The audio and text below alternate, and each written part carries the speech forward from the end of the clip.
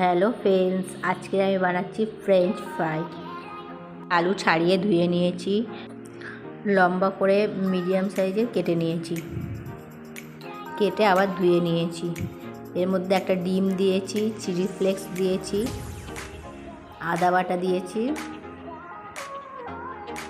রসুন বাটা দিয়েছি, সামান্য লবণ দিয়ে ভালো করে মাখিয়ে নিচ্ছি।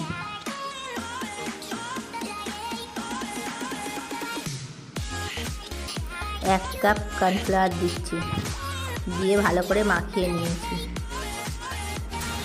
কড়াইতে তেল গরম বসিয়ে দিয়েছি, কড়াইতে আলুগুলো দিয়ে দিচ্ছি।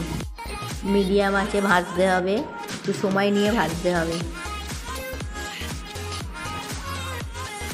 লাল লাল করে ভেজে নিয়েছি। French fry ready.